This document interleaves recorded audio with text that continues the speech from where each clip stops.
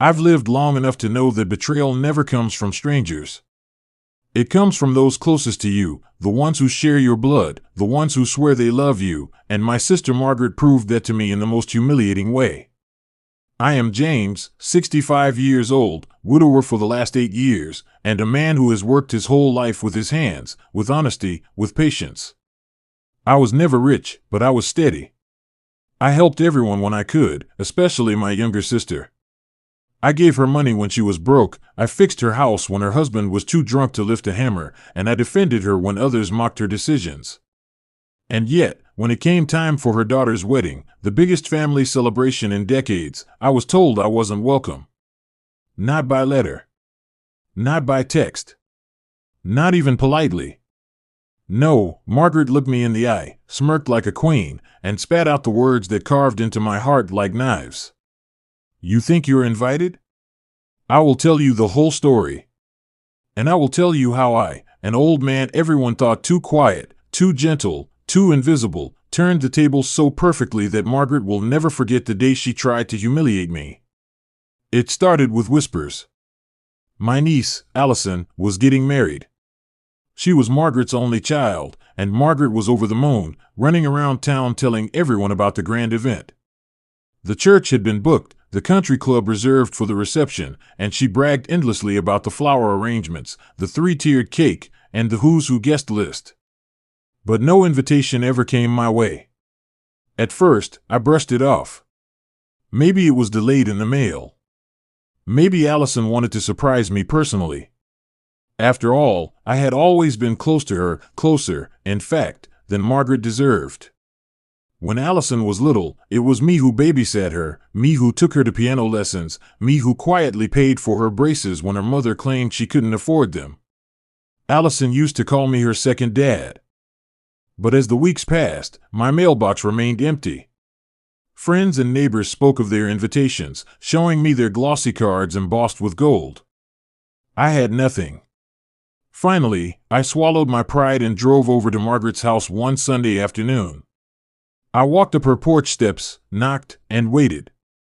She opened the door, dressed in one of her silk blouses, pearls around her neck. James, she said flatly, as if my very presence annoyed her. I smiled politely. Margaret, I thought I'd stop by.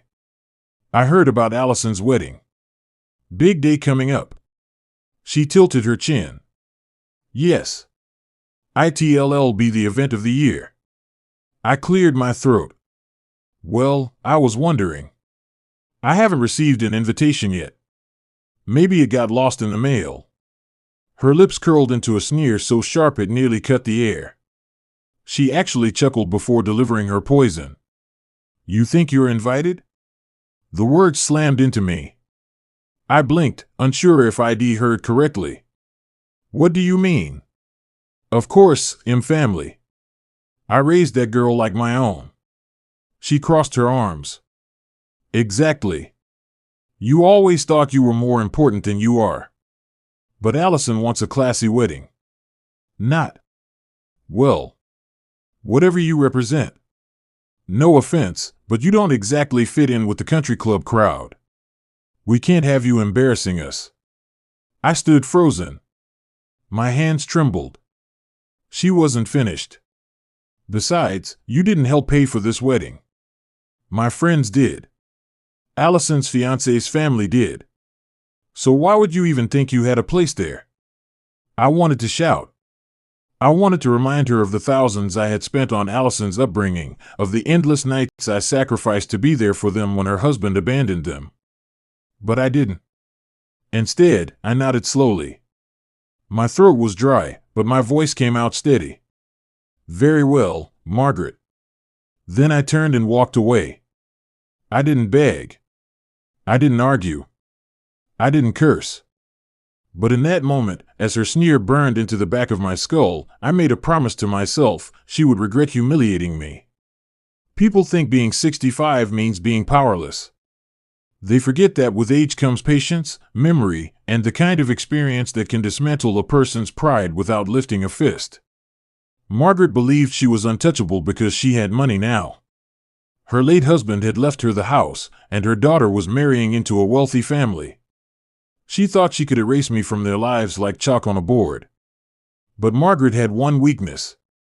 She lived for appearances, for the gossip of neighbors, for the approval of the high society women she tried so desperately to impress. She wanted the wedding to be the talk of the town, perfect, glamorous, without a single stain. And I knew exactly where her stains were buried. You see, Margaret had secrets. Dark ones. And unlike her, I never forgot loyalty. I remembered every dirty little thing she had done over the years. The money she borrowed from me under the pretense of paying medical bills but instead spent on jewelry. The time she faked an injury to claim insurance money. The way she forged our mother's signature to take the family heirlooms before I even had a chance to step into the house after the funeral. I kept quiet all these years, convincing myself forgiveness was the higher road. But forgiveness ends where cruelty begins. My revenge plan had 3 parts. 1. Expose her hypocrisy. 2. Shatter her perfect wedding facade. 3. Reclaim my place in Allison's heart. I started small. A week before the wedding, I anonymously sent packets of information to certain members of the country club where Margaret preened herself like royalty. Copies of receipts, insurance claims, and even a letter from me forgiving a debt she never repaid. Enough evidence to whisper that Margaret's fortune wasn't built on grace but on greed. By the time the rehearsal dinner rolled around, her so-called friends were already looking at her differently. I know because one of them, a widow named Evelyn, who had always liked me, phoned me with a chuckle. "James, your sister's been the talk of the week. People are asking questions about her integrity." I smiled for the first time in weeks. I wasn't invited, of course. But that didn't mean I wouldn't attend. No, I didn't crash through the doors screaming like a madman. That would have been too easy. Too predictable. Instead, I arrived dressed in my best suit, carrying a carefully wrapped box. Inside was a gift, and a letter that would burn through Margaret's carefully spun lies. I waited until after the vows, after the grand photos, when the reception was in full swing. Laughter filled the hall, champagne sparkled, and Margaret floated from table to table like a peacock. That's when I approached Allison directly. She gasped when she saw me. "Uncle James? You came." Tears stung my eyes. "I wouldn't miss it for the world, child." "But Mom said," she stopped herself, confusion clouding her face. I handed her the box. "This is for you. Something from the past. Something your mother never wanted you to know." She opened it. Inside lay a string of pearls, our mother's pearls. The ones Margaret had stolen years ago. Alongside it was a letter from our mother, written before she died, addressed to both of us, declaring that the pearls should be shared between siblings and then passed on to Allison. Allison's jaw dropped. Guests leaned in. Whispers rippled across the room. "Mom." Allison turned, holding the pearls. "You told me Grandma's jewelry was lost." Margaret froze, color draining from her face. I. Allison's fiancé's family looked scandalized. The guests stared. I stepped closer, my voice calm but loud enough to be heard. "Margaret didn't lose them. She stole them. Just as she's stolen many things in her life." The silence was deafening. Margaret stammered, tried to regain control, but it was too late. Allison's fiancé's mother, a proud and wealthy woman, whispered something sharp to her husband. They both stood up, disgust etched into their faces. Guests began excusing themselves, murmuring about deceit, theft, lies. The perfect wedding Margaret dreamed of turned into a spectacle of humiliation. And I didn't raise my voice once. Later that night, Allison found me outside, sitting under an oak tree, away from the chaos. She sat beside me, clutching the pearls. Her eyes brimmed with tears. "Uncle James. I'm so sorry. I had no idea." I put my hand over hers. "It's not your fault, child. None of this is. Your mother's pride blinded her. But I never stopped loving you. She threw her arms around me. You'll always have a place in my life. Always. And in that moment, I knew my revenge was complete. Not because Margaret was humiliated, though she was.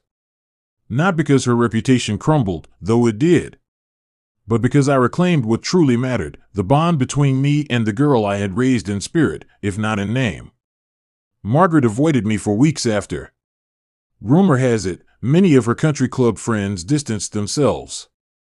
Allison and her new husband visit me often now, bringing dinners, sharing laughter. They call my little house their second home. As for Margaret, she lost the one thing she worshipped most, respect. And the next time she looks at me, she won't dare sneer.